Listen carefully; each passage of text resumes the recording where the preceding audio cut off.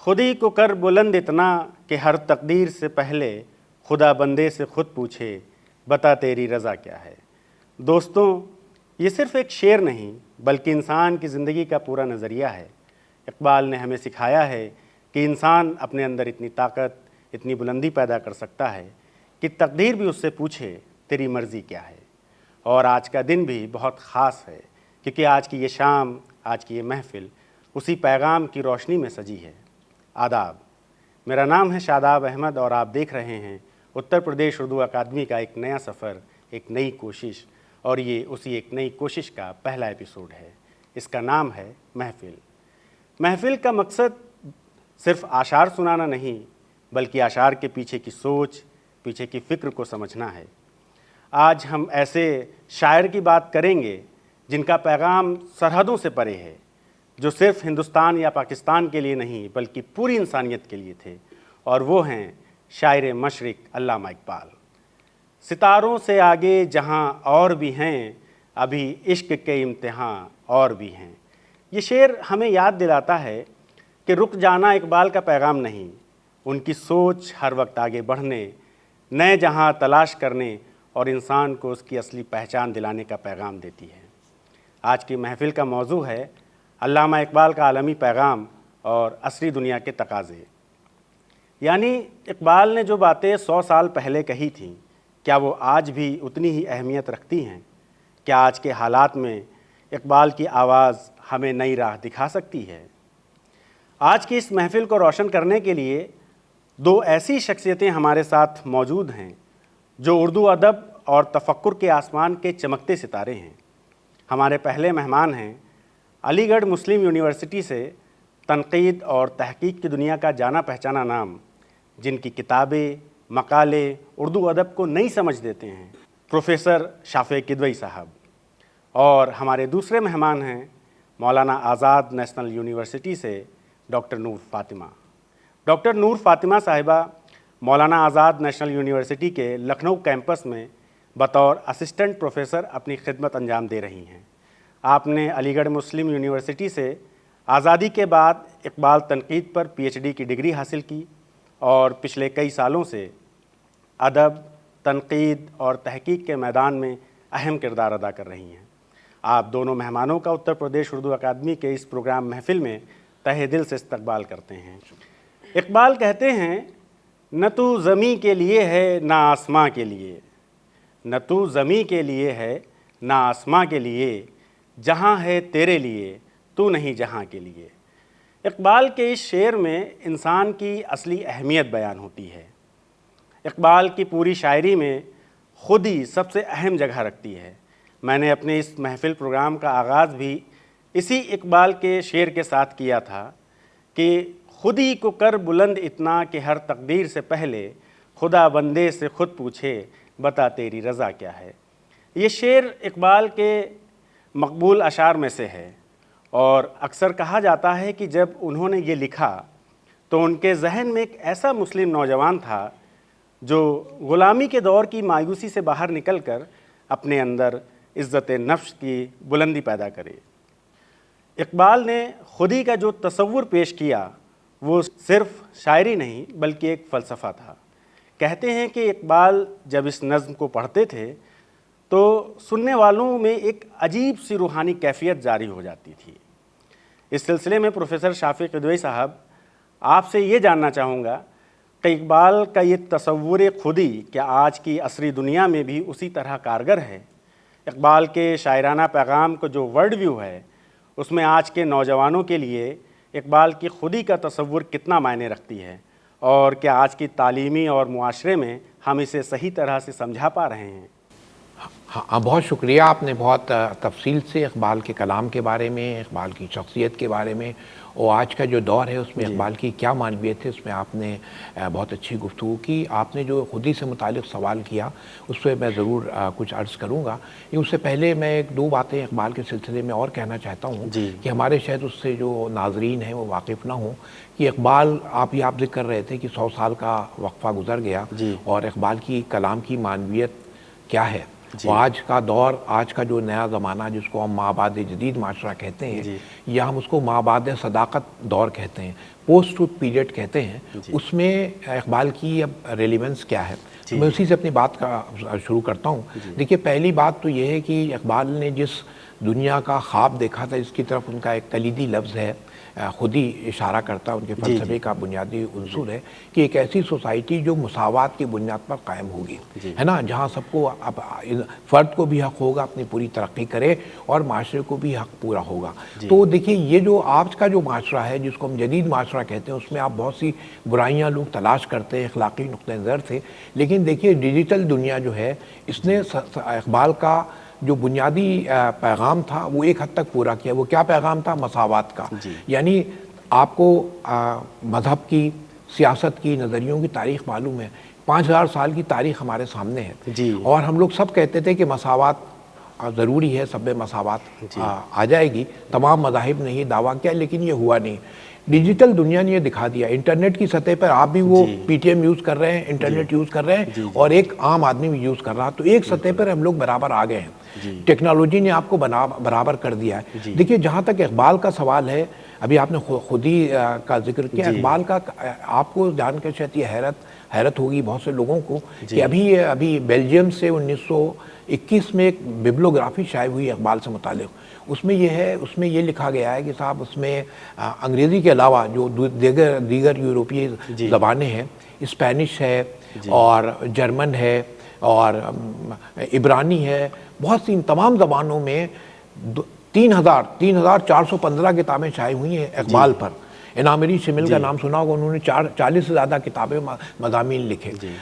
تو اس لحاظ سے اقبال کا جو پیغام ہے، جو ان کا نقطہ نظر ہے، تو اقبال اصلاً جو ہے ایک ورڈ کے شاعر ہیں۔ دیکھیے، ادب دنیا کا جو عالمی ادب کا بھی آپ ذکر کر رہے تھے، تو عالمی ادب جب آپ لکھتے ہیں تو دنیا جو لکھنے کی دنیا ہوتی ہے، وہ لکھنے کا عمل جو ہے دنیا سے آپ کا ربط ہوتا ہے۔ You engage whole world by writing. Tagore نے بھی یہ لکھا کہ صاحب آپ کا آپ انٹرنیشنل ٹریفک ہوتا ہے جب آپ لکھتے ہیں۔ تو اقبال نے جس دنیا کا خواب دیکھا، ابھی آپ خودی کا ذکر کر رہے تھے، خودی کا مطلب اقبال نے جہاں جگہ ذکر کیا ہے خودی کا، ایک نظم نہیں، ان کے آپ نے یہ ایک شعر ظاہر ہے بہت مشہور شعر ہے ضرب المثل، اس کے علاوہ اقبال کے کلام 4 مجموعے ان کے ظاہر اردو میں چھپے، 4 فارسی میں چھپے، 2 نثر کی کتابیں ہیں، انگریزی میں 2-3 کتابیں بھی ہم لوگ سب اس کا ذکر کریں گے۔ ان سب میں جو اگر آپ کو ایک بنیادی فلسفہ دیکھیں گے تو آپ کو خودی کا فلسفہ دکھے گا۔ خودی کیا چیز ہے؟ خودی انسان کے اپنے نفس کو پہچاننے کی، یہ جو ہے بے عملی آپ کے یہاں جو پیدا ہوتی ہے، خودی آپ کے اندر کیسے پیدا ہو۔ خودی کا مطلب خدا کا جو ان کا جو خودی کا تصور ہے، وہ یہ کہتے ہیں کہ ایک ہر انسان کے اندر ایک انا ہوتی ہے، اور آپ کے اندر جو آپ کو متحرک کرتی ہے عشق کی، اور عشق کا بھی انہوں نے لفظ بہت استعمال کیا، عشق کا، خودی کا۔ اب دیکھیے، اقبال نے یہ کہا کہ صاحب خودی آپ کے اندر کیسے پیدا ہوگی، تو خودی کا مطلب وہ یہ بتاتے ہیں کہ آپ کے اندر جو پوشیدہ مخفی صلاحیتیں ان کو آپ بروئے کار لائیں۔ اب یہ سننے میں بہت آسان لگتا ہے، کیسے بروئے کار لائیں گے؟ یعنی آپ اس کے اندر انفرادیت پیدا کریں۔ اب انفرادیت کیسے پیدا کی جائے؟ ان کی کتاب ہے ریکنسٹرکشن آف اسلامک تھاٹ، اس میں انہوں نے بہت تفصیل سے، شعر کے علاوہ اس میں بہت تفصیل سے انہوں نے گفتگو کی۔ وہ یہ کہا، دیکھیے آپ منفرد کیسے ہوں گے؟ منفرد جب ہوں گے جب آپ خدا کے قریب پہنچیں گے۔ خدا کیسے؟ خدا بالکل منفرد ہے، خدا کا کوئی شریک و صحیح نہیں ہے۔ تو جب آپ اس کے قریب جائیں گے، اس کے جو افعال ہیں، اعمال ہیں اپنے اندر پیدا کریں گے، خدا کی صفات اپنے اندر پیدا کریں گے، تب آپ منفرد ہوں گے۔ جب آپ منفرد ہوں گے تو آپ کے اندر خودی پیدا ہوگی۔ کیا ہے تو نے متاع غرور کا سودا، یہ بھی انہوں نے کہا کہ یہ جو آپ کو خودی جو ہے آپ کے اندر آپ کو آگاہ کرتی ہے۔ خودی کی انہوں نے بتایا کہ ہر وہ چیز جو آپ کی شخصیت کو آگے بڑھائے، جو آپ کی شخصیت کو اسٹرینتھن کرے۔ ان کی ایک ڈائری ہے، اس کا نام ہے ہسٹری ریفلیکشن، ابھی نور فاطمہ ذکر کر رہی تھی، اردو میں بھی اس کا ترجمہ ہوا، بکھرے خیالات۔ تو اس میں بھی انہوں نے خودی کے تصور کو پیش کیا ہے۔ خودی کا دیکھیے، وہ کہتے ہیں کہ ہر وہ چیز جو آپ کی شخصیت کو کی نشو و نما کرے، جو چیز آپ کی شخصیت کو نیست و نابود کرے۔ اقبال کے ذکر کیا تھا فقر اور قناعت، ہے نا، فقر اور قناعت کا بہت ذکر کیا تھا، عجز کا ذکر کیا جاتا۔ وہ یہ کہتے ہیں شر اور خیر کیا ہے، شر وہ ہے جو آپ کی شخصیت کو یا خودی کو نقصان پہنچائے، اور خیر کیا ہے جو آپ کی شخصیت کی آبیاری کرے۔ تو خودی کو اگر آپ عام طور پہ سمجھنا چاہیں تو آپ کے اندر جو خفتہ صلاحیتیں ہیں جس کو آپ بروئے عمل تب لائیں گے جب آپ عمل کریں گے۔ عمل کا انہوں نے تصور جو ہے اس میں گیتا کا بہت ذکر کیا، یعنی گایتری منتر کا انہوں نے ترجمہ کیا بھی، اور بھی آپ نے ان کا کلام پڑھا ہوگا۔ تو خودی کا تحرک کہاں سے ہے؟ خودی بنیادی طور پہ اپنے کو متحرک کرنے کا نام ہے، اور آپ کے اندر جو بہت سی صلاحیتیں، انسان اپنے اندر آگاہ نہیں ہوتا اور دوسری چیزوں میں پڑتا ہے، یہ تمام چیزیں آپ کے اندر کیسے پیدا ہوں گی؟ یہ خدائی صفات کے یہ خودی جو ہے اس کا ایک مقصد یہ ہوتا ہے، یہ آپ کی انفرادی انا ہے، ایگو کہتے ہیں، خدا کی ایک انا ہے، ایک آپ کی انا ہے۔ تو آپ جب انا کی جب آپ پرورش کرتے ہیں تو آپ کے انفرادیت پیدا ہوتی ہے۔ جب انفرادیت پیدا ہوتی ہے، انفرادیت تب پیدا ہوگی جب آپ سب سے منفرد جو دنیا میں شے، وہ ظاہر خدا کو کوئی جانتا نہیں ہے، کوئی پہچانتا نہیں، بالکل منفرد ہے۔ تو جب آپ اس کے قریب جائیں گے تو آپ کے اندر کیسے انفرادی قوت پیدا ہوگی؟ تو اقبال نے اس تصور کو بتایا کہ صاحب اگر آپ کو دنیا میں تسخیر کائنات کرنا ہے تو اس کا نسخہ آپ کے پاس کیا ہے؟ اس کے پاس کیا نسخہ ہے؟ تو آپ کو کہیں دور جانے کی ضرورت نہیں ہے، اپنے اندر ان کا بہت مشہور ہے، اپنے اندر ڈوب کر سراغ زندگی پا جائے، ظاہر ہے بہت مشہور ان کا مصرع ہے۔ تو وہ یہ بتاتے ہیں کہ اس میں کسی طرح کی مجہولیت، انفعالیت کا کوئی تصور نہیں ہے، اور بلکہ اب دیکھیں اسی فلسفے سے متعلق ان کا یہ کہنا ہے، یہ کائنات کا بنیادی اصول ہے۔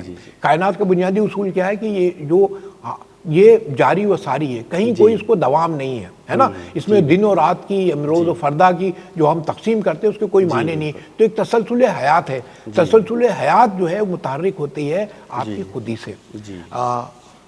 تو یہ خودی کا ان کا بنیادی فلسفہ ہے، اور انہوں نے اس سے بہت سے یعنی جو ہندو فلاسفرز ہیں ان کا انہوں نے ذکر کیا، گیتا کا ذکر کیا، کرم کے فلسفے کا ذکر کیا، نیتی شتک جو بھرتری ہری کا ہے اس کا انہوں نے ترجمہ بھی کیا، اس سے انہوں نے استفادہ کیا۔ پھر اسلامی جو تصور ہے اس کا انہوں نے ذکر کیا، پھر منصور حلاج کا ذکر کیا، کتاب التواسین کا انہوں نے بہت ذکر کیا، اور پھر ابن عربی کا ذکر کیا، اور کہیں کہیں ان سے اختلاف بھی کیا، اور یہ بتایا کہ صاحب خودی جو ہے اس کی آپ آبیاری کر کے کائنات کو مسخر کر سکتے ہیں۔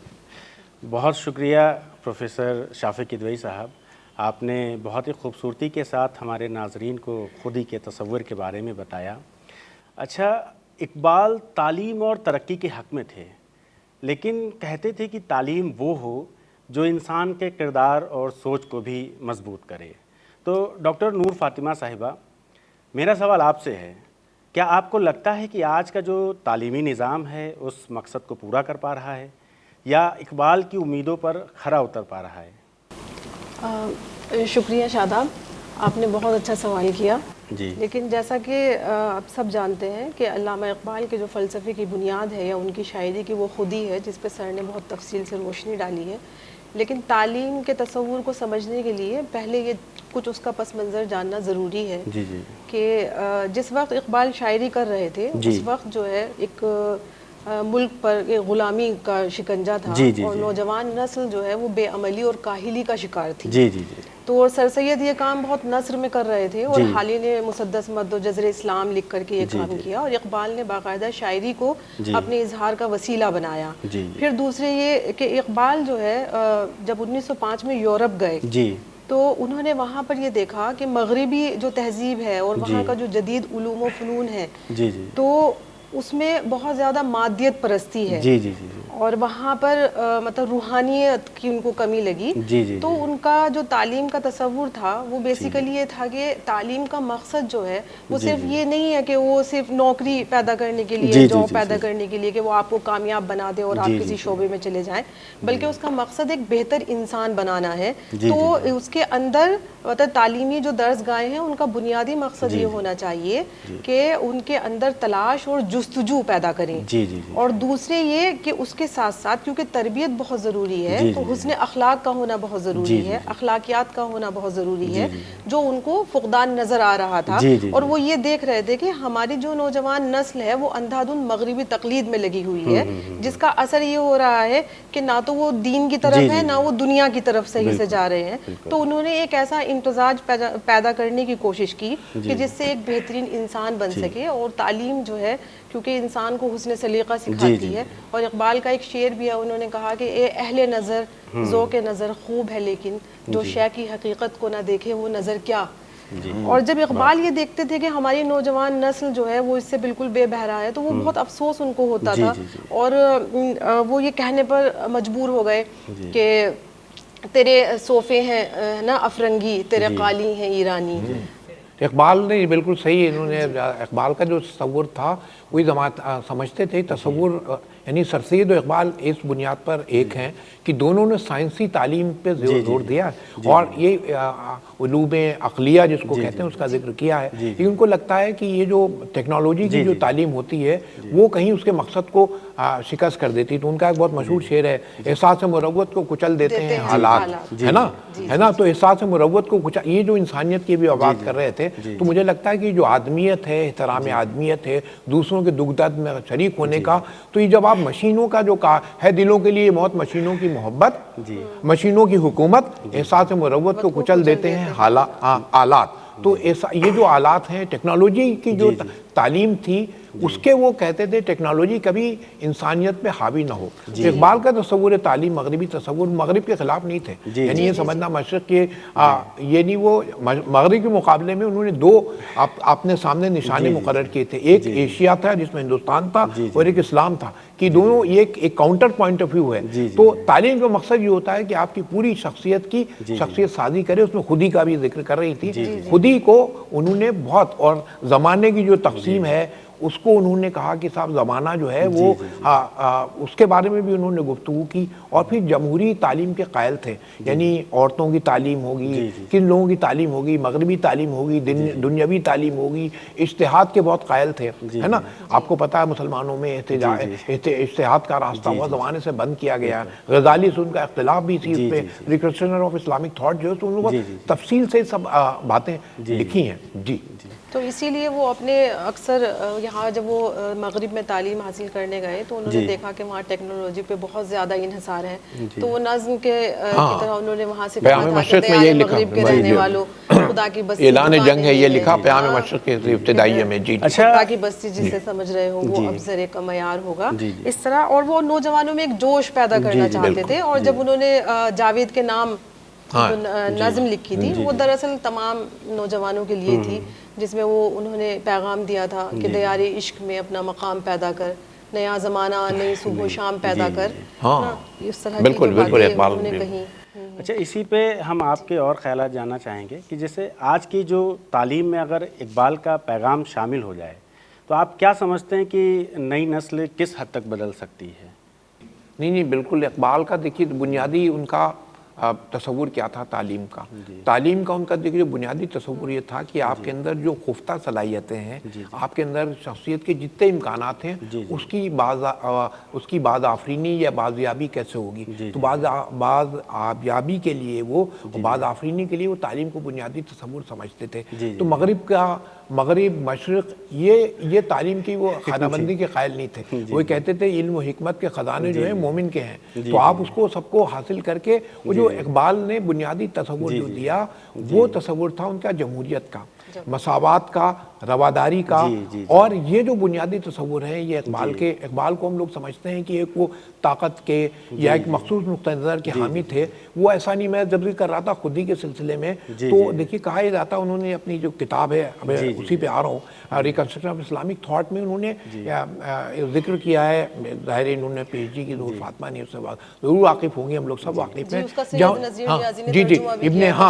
ابن عربی سے انہوں نے اختلاف کا تعلیم کو انہوں نے بتایا کہ اگر تعلیم آپ کو بے عمل کرتی ہے اور راہبانہ طرز حیات پر آپ کو راغب کرتی ہے کہ آپ صوفی ہو جائیں, دنیا کی سے ہٹ جائیں, تو اس پہ انہوں نے ایک سوال یہ کیا ہے. اس میں ابن عربی کا ایک تصور ہے, اس کو عیان ثابتہ کہتے ہیں. یہ کہتے ہیں کہ انسان جب وجود میں نہیں آیا تھا تو اللہ کے علم میں تھا کہ انسان ہے, تو اللہ نے انسان کے اندر جبر و اختیار کی جو دلیل ہے, تو جبر کی وہ دلیل یہ دیتے ہیں کہ چونکہ اللہ کے علم میں تھا کہ کون کون انسان ہوں گے, تو انہوں نے ان سے پوچھا تو جو کچھ اس نے کہا وہ اس کو دیا گیا. تو اب اقبال اس پہ سوال کرتے ہیں اگر یہ بات مان لی جائے تو اس کا مطلب دنیا میں جو زندگی گزار رہے ہیں, جو مصیبتیں آئیں, یہ کیا ہماری مانی ہوئی ہیں, ہے نا. تو اب انہوں نے, اقبال نے یہ کہا کہ دیکھیے انسان کو صرف یہ بتایا گیا تھا, یہ ایسی بات ہے, یہ انہوں نے کہا کہ یہ بے عملی کا فلسفہ ہے جو بتاتا ہے کہ صاحب آپ نے جو چیز کی تھی وہ پہلے سے جب رہے. ان کا کائنات جو ہمیشہ متحرک ہے, تو آپ اس نے عمل کے ذریعے آپ اس میں تعلیم بھی ایک نقطہ نظر ہے. جیسے برگساں سے جو ان کی ملاقات ہوئی تو انہوں نے یہ کہا, وہ اس کا کہنا یہ تھا کہ صاحب زمانے کی کوئی تقسیم نہیں ہو سکتی, کہ نہ اس کو نہ کوئی پاسٹ ہے, نہ کوئی فیوچر ہے, نہ کوئی حال ہے. وہ کہتا ہے صرف ایٹرنل ہاؤ, ایک ایٹرنل ناؤ ہے جو ایک سفر ہے, سیل رواں ہے. اور لیکن چونکہ وہ ظاہر مذہب کے قائل نہیں تھے تو کہتے تھے کہ نہیں صاحب یہ تو کوئی چیز نہیں ہے اور اپنی طرف جائے گی. تو اقبال سے جب ان کی ملاقات ہوئی تو انہوں نے رسول ایک حدیث قدسی ان کو بتائی. وہ کہا کہ زمانے کو برا مت کو, میں خود زمانہ ہوں, یعنی اللہ کا کلام ہے جو رسول کہہ رہے ہیں. تو جب برگساں نے سنا تو اس کو بڑی حیرت ہوئی. اس نے کہا ارے یہ تو میں نے یہ تو ایک بالکل نئی طرح کا تصور تھا, اس کو خود ہی سے آپ جوڑیے. خود ہی کا مطلب ان کا بنیادی عنصر کیا ہے؟ تحرک ہے نا. یا دیکھیے اقبال نے, دیکھیے اقبال کو ہم لوگ سمجھتے ہیں اور ظاہر سب جانتے ہیں اقبال کا سرچشمہ قرآن تھا, ہے نا. اب ان کا بنیادی تصور کیا ہے یہ مجھے بتائیں گی. عشق ان کا بنیادی تصور ہے نا. عشق کا لفظ اگر عربی کا لفظ ہے, آپ قرآن پورا قرآن پڑھ جائیے, میرا تو ظاہر مطالعہ بہت کم ہے, مجھے نہیں لگتا کبھی عشق کا لفظ استعمال ہوا ہو, ہے نا. محبت کا لفظ استعمال ہوا, حب کا لفظ استعمال ہوا, عشق کا لفظ پورے قرآن میں استعمال نہیں ہوا.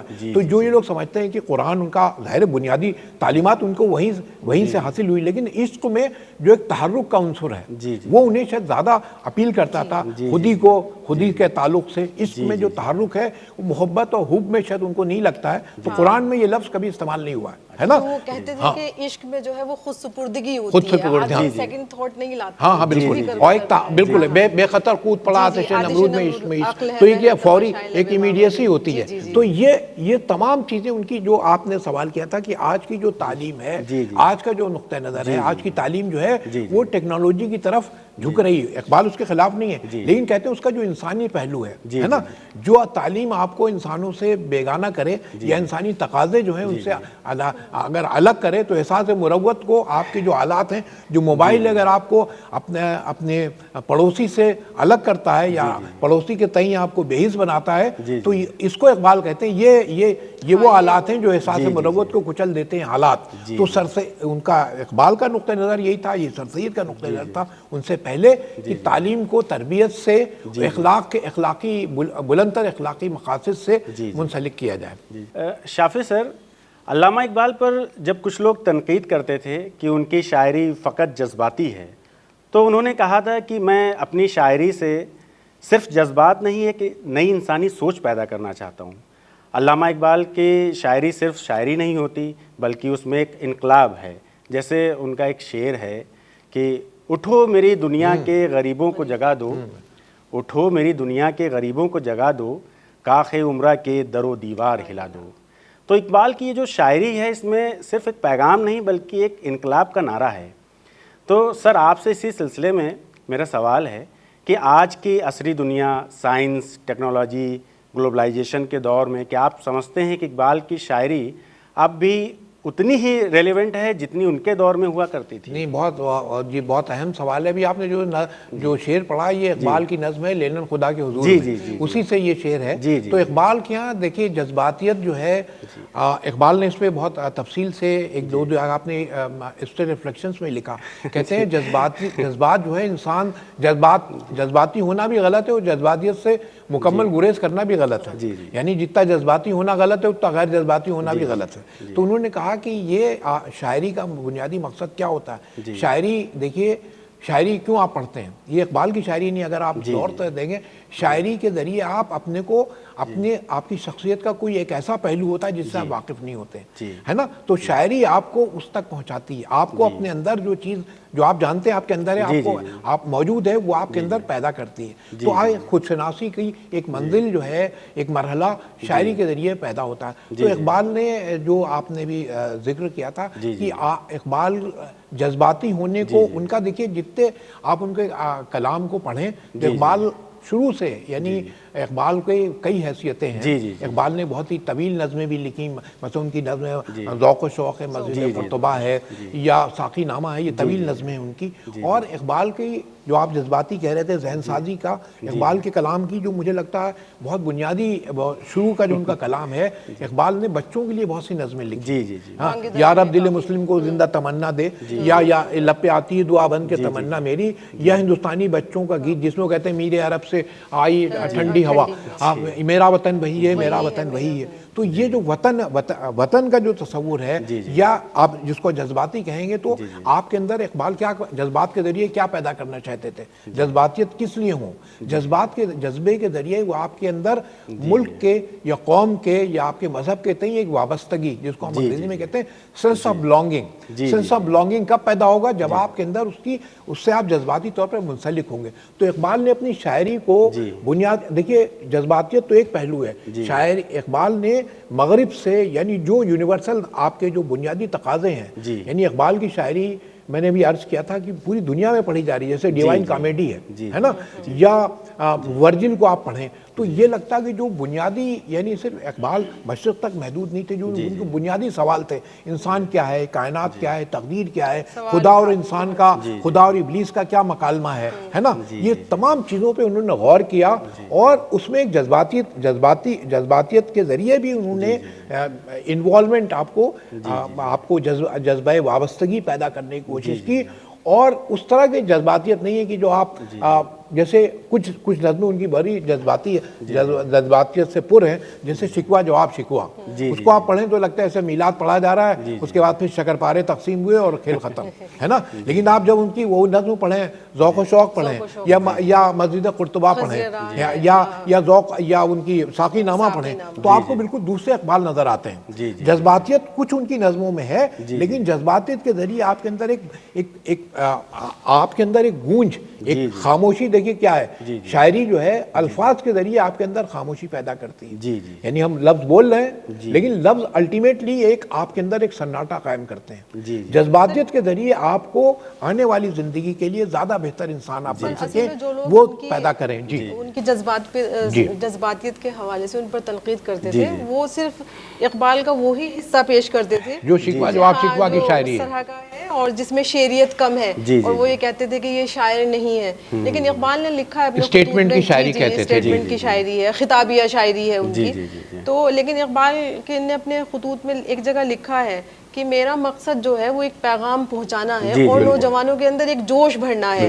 تو ظاہر سی بات ہے وہ میں کیسے جذباتی نہ ہوں، تو وہ جذباتیت کے بغیر ہو نہیں پائے گا وہ چیزیں. تو اسی لیے کہیں کہیں تو یہ بھی ہے سر، آپ نے دیکھا ہوگا ان کی جو طویل نظمیں ہیں جہاں پہ اردو زبان سہارا نہیں لیتی ہے، وہاں پہ وہ فارسی اشعار آتے ہیں، کیونکہ وہ فارسی میں اپنے جو مدعا بیان کرنا چاہتے ہیں اس کا اظہار زیادہ بہتر طریقے سے کر سکتے ہیں، تو ان پہ اتنی حاوی ہو جاتی ہے کبھی کبھی. اسی طرح سے علامہ اقبال صاحب کا شعر بھی ہے جس میں علامہ اقبال صاحب نوجوانوں سے کہتے ہیں کہ تو شاہین ہے، پرواز ہے کام تیرا، تیرے سامنے آسماں اور بھی ہے. تو انہوں نے کہا تھا کہ مجھے امید ہے کہ میری اصلی تعبیر نوجوانوں میں نظر آئے گی. میرا سوال نور فاطمہ جی آپ سے اسی پہ ہی ہے کہ کیا آج کے نوجوانوں میں وہی شاہین والی پرواز باقی ہے یا پھر ہم کہیں ٹھہر گئے ہیں؟ اقبال کی پوری شاعری کا مرکز ہی یہی تھا کہ وہ ایک دم حرکت اور جد و جہد اور صحیح عمل ہے نا، اور وہ یہی نوجوانوں میں چاہتے تھے، کیونکہ ان کو لگ رہا تھا کہ نوجوان جو ہے وہ ہمارے بہت زیادہ مطلب بے عمل ہے، اتنی تعلیم نہیں ہے. اور وہ تصوف کا اثر تھا کہ تصوف کے زیر اثر جو ہے ان کو لگتا ہے کہ جو کچھ تقدیر میں ہے ہمیں وہی مل کر کے رہے گا، تو پھر کیا ہی ضرورت ہے محنت کرنے کی. تو سب سے پہلے انہوں نے جو خودی کا فلسفہ پیش کیا تھا وہ یہی تھا کہ اپنے آپ کو پہچانو، خود شناسی کہ ہے نا. اور انہوں نے یہ کہا کہ جو آپ کے اندر صلاحیتیں ہیں جیسا کہ سر نے بھی بتایا، ان کو بروئے کار لانا، یعنی کہ صلاحیتیں آدمی تب پہچانے گا جب وہ اپنے بارے میں سوچے گا. کہ کیونکہ اللہ تعالیٰ نے جب انسان کو پیدا کیا تو کوئی بھی انسان ایسا نہیں ہے کہ اس کے اندر کوئی بھی صلاحیت نہ ہو، صرف اس کو پہچاننے کی دیر ہے. اور جب آپ اس صلاحیت کو پہچانتے ہو اور اس کو صلاحیت کو پہچان کر کوئی کام کرتے ہو تو پھر کائنات کو مسخر کرنے سے کوئی روک نہیں سکتا. تو انہوں نے اپنے جو شاہین کی جو علامت ہے نا اس کو، اور خاص طور سے ابلیس کو بھی وہ حرکت و عمل کی اور سخت کوشی کی علامت بنا کر کے پیش کیا ہے اپنے کلام میں. تو شاہین کا استعارہ وہ نوجوانوں کے ہی لیے تھا، اور اقبال نے خط میں لکھا بھی تھا کہ میں شاہین کی جو تشبیہ ہے وہ صرف شاعرانہ تشبیہ نہیں ہے بلکہ اس میں اسلامی فقر کی تمام خوبیاں پائی جاتی ہیں. یعنی کہ وہ چاہتے تھے کہ اپنے نوجوانوں کے اندر یہ دیکھنا کہ خوددار ہو وہ، ہے نا. تو انہوں نے شاہین میں وہ خوبی دیکھی کہ وہ خوددار ہے، غیرت مند ہے، کسی کے دوسرے کا مارا ہوا شکار نہیں کھاتا ہے، کہیں پر آشیانہ نہیں بناتا ہے نا، اور اس کی نگاہ تیز ہے اور وہ بلند نگاہ ہے. تو اس کی وہ خوبیاں وہ اپنے نوجوانوں میں بھی دیکھنا چاہتے تھے. انہوں نے اس کو بہت سارا کیا کیونکہ وہ کہتے تھے کہ کائنات کھلی ہوئی ہے اور آپ کے سامنے ایک میدان ہے، کیونکہ وہ روح عرضی آدم کا استقبال کرتی ہے جو ان کی نظم ہے. تو جس میں جب انسان پہلی بار دنیا میں آیا ہے تو اس میں اتنے خوبصورت طریقے سے بتایا ہے کہ اس کے سامنے ایک دم کھلی ہوئی دنیا ہے، وہ جو چاہے کر سکتا ہے. اس کے تصرف میں اللہ تعالیٰ نے کتنی کتنی نعمتیں دی ہیں، تو وہ اپنی دنیا اپنے آپ پیدا کر سکتا ہے. تو انہوں نے شاہین کو یہ بھی، وہ پوری ایک ان کی غزل ہے مسلسل کہ ستاروں سے آگے جہاں اور بھی ہے، جس میں پورا یہی ہے کہ ابھی عشق کے امتحان اور بھی ہیں، قناعت نہ کر عالم رنگ و بو پر تیرے سامنے آسماں اور بھی ہیں. تو اس طرح کے اشعار، یا وہ بسیرا کر ہے نا، وہ بسیرا کر پہاڑوں کی چٹانوں پر. تو اس طرح وہ دیکھتے تھے.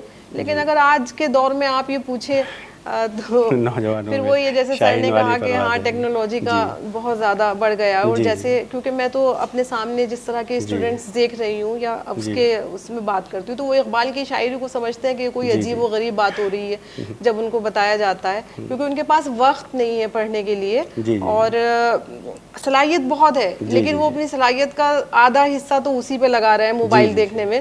تو لیکن یہ ہے کہ اگر ذرا بھی اقبال کی شاعری کو لوگ پڑھیں تو یہ تو یقین سے کہا جا سکتا ہے کہ ان کے اندر ایک جوش اور ولولہ اور کچھ کرنے کا جذبہ تو ضرور پیدا ہوتا ہے. کتنی جان تو علامہ اقبال کی شاعری میں ہے کہ، اور ان کا یہ تھا کہ میں مطلب اپنی قوم کے جو سوئے ہوئے لوگ ہیں ان کو جگانا چاہتا ہوں ان کے اندر.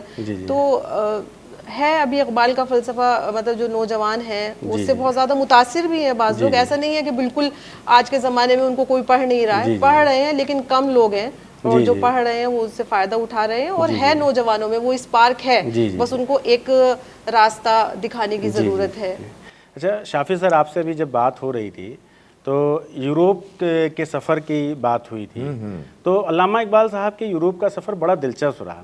علامہ اقبال صاحب جب یوروپ گئے تھے تو انہوں نے وہاں کی علمی ترقی دیکھی تھی، لیکن ساتھ میں انہوں نے لکھا تھا کہ ان کے دلوں میں روحانی خلاوت بھی ہے، یعنی علم اور سائنس کے ساتھ روحانیت بھی ضروری ہے.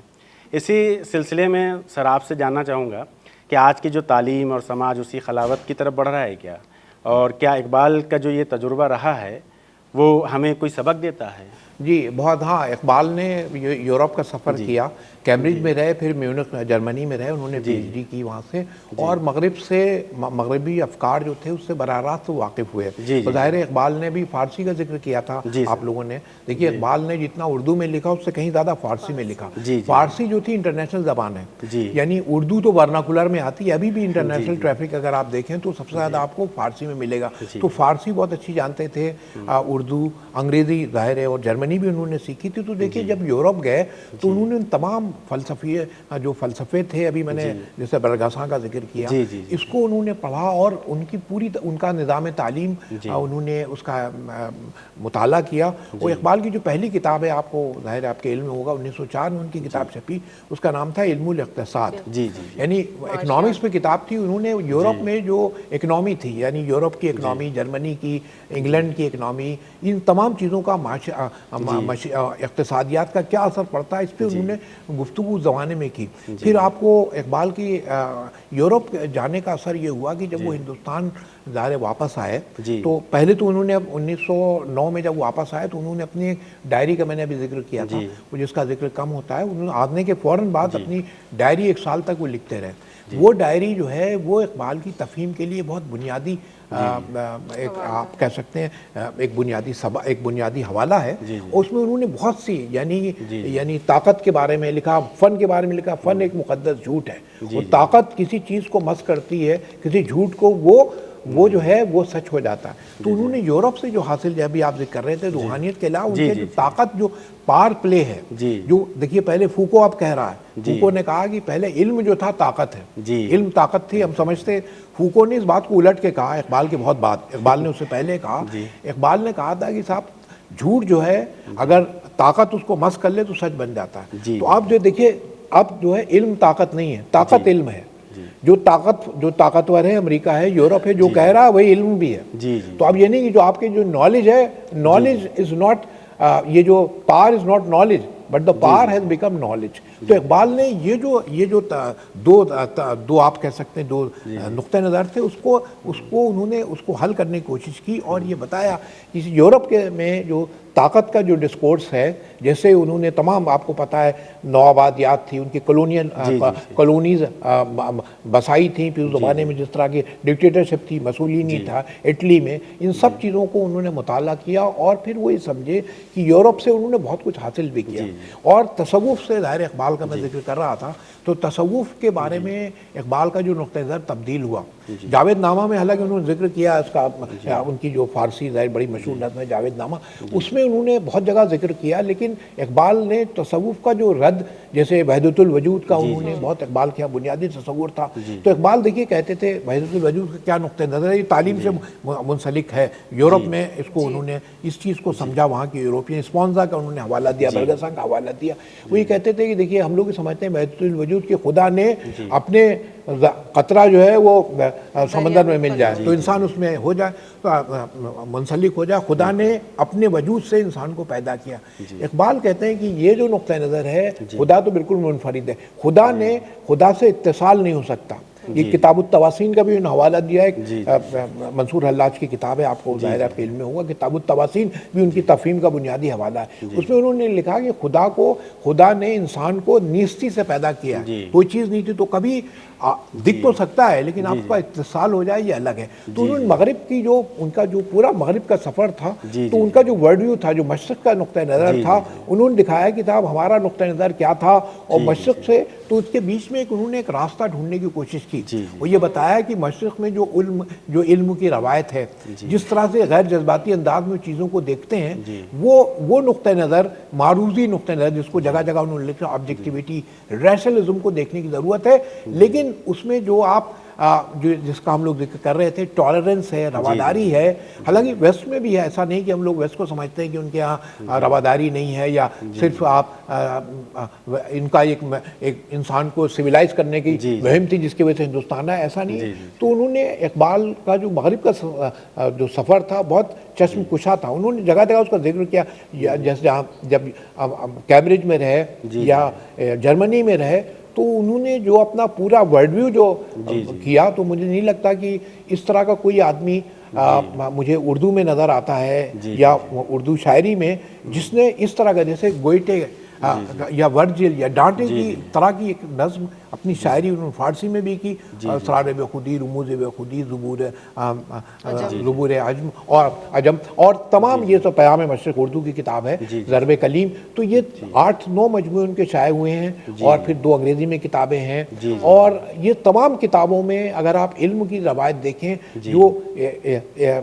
جو ایسٹ کی جو علم کی روایت تھی, وہ یہ کہتے تھے یہ ہم لوگ ہوا سے ظاہری پہ زیادہ انحصار کرتے ہیں, تعقلی مزاج ہمارے کم ہے. تو انہوں نے عقل کے ذریعے بتایا کہ صاحب خدا کو پہچاننا یا اپنے معرفت کرنے کے وجدان, انٹیوشن کا رول ہے, جس کو انہوں نے برگساں کا حوالہ دیا ان کی کتاب ہے ایوولوشن پہ, کریٹیو ایوولوشن پہ, کہ انسان کیسے ترقی کرتا ہے. تو اقبال نے اپنی پوری شاعری میں انسان کو, یہ دیکھیے انسان ہے, اب انسان مر جاتا ہے نا, تو ابھی وہ کہتے ہیں یہ دیکھیے اقبال نے سب تمام مباحث اپنی شاعری میں بھی استعمال کیے اور اپنی کتاب میں. تو یہ کہتے ہیں انسان کا جو خاکی جسم ہے ترقی کرتا رہتا, انسان خود, جیسے برگسا کہہ رہا وقت گزرتا جاتا, تو اقبال اس کے قائل تھے وقت گزرتا جاتا ہے لیکن یہ اچھے کی طرف بڑھتا جاتا ہے. تو انسان جو ترقی کرتے کرتے ایک اسٹیج پہ پہنچتا ہے کہ اب اس کی ترقی نہیں ہو سکتی, تب کیا ہوتا ہے, تب وہ عالم برزخ میں جاتا ہے. تب وہ اب اس کی ترقی یہاں نہیں ہو سکتی تو ایک دوسرے عالم میں جاتا ہے. تو موت کا بھی ان کا جو تصور ہے وہ یہ کہتے ہیں دوسرے عالم میں جانا انسان کی بہتری کے تصور ہے. موت جو ہے ڈیڈ اینڈ نہیں ہے. تو اقبال نے ویسٹ میں جا کے ان سے جو ان کی جو پوری تعلیم حاصل ہوئی تو انہوں نے ویسٹ کے ذریعے جو ان کا نقطہ نظر تھا, جو ان کی ریسرچ میتھڈولوجی تھی, جو ایک علمی نقطہ نظر تھا, ہمارے ہاں جو علم ہے اس کی ہم لوگ حوالے نہیں دیتے ہیں, ہے نا. اقبال نے یہ تمام چیزیں, اگر آپ ان کی کتابیں پڑھیں تو ان سب چیزوں کو بتایا, اور یہ بتایا کہ آپ کی زندگی کا بنیادی مقصد کیا ہے. انسانی زندگی کو ان کی چاہے وہ شاعری ہو, چاہے ان کا فلسفہ ہو, چاہے اور خطوط ہوں, چاہے بھی ان کے جو ڈائری کا میں ذکر کر رہا تھا, خطبات ہوں انوار اقبال کے نام سے چھائے ہوئے, ان سب کا مقصد یہ تھا کہ آپ کیسے زیادہ بہتر انسان اس دنیا میں بنے. جی جی, بہت ہی خوبصورت انداز میں آپ دونوں مہمانوں نے ہمارے ناظرین کو سمجھایا. ناظرین, اقبال کا پیغام کوئی ایک کتاب یا ایک شعر تک محدود نہیں ہے, یہ ایک کارواں ہے جو آج بھی جاری ہے. آج کی اس پہلی محفل میں ہم نے سمجھنے کی کوشش کی کہ اقبال کا عالمی پیغام عصر حاضر میں کیسے زندہ رہ سکتا ہے. لیکن دوستوں, یہ موضوع اتنا گہرا ہے اور اتنا وسیع ہے کہ ایک ایپیسوڈ میں اسے سمیٹنا ناممکن ہے. اس لیے اگلی محفل میں بھی ہم اسی موضوع پر اپنے انہی دونوں اہم مہمانوں پروفیسر شافع کدوئی صاحب اور پروفیسر ڈاکٹر نور فاطمہ صاحبہ کے ساتھ گفتگو کا سلسلہ جاری رکھیں گے. میں اپنے دونوں مہمانوں کا تہہ دل سے شکریہ ادا کرتا ہوں, اور آپ سبھی ناظرین کا بھی دل سے شکریہ ادا کرتا ہوں کہ آپ نے اس محفل میں شامل ہو کر اسے 4 چاند لگائے. انشاءاللہ اگلی محفل میں پھر ملاقات ہوگی. تب تک کے لیے اللہ حافظ, شب بخیر.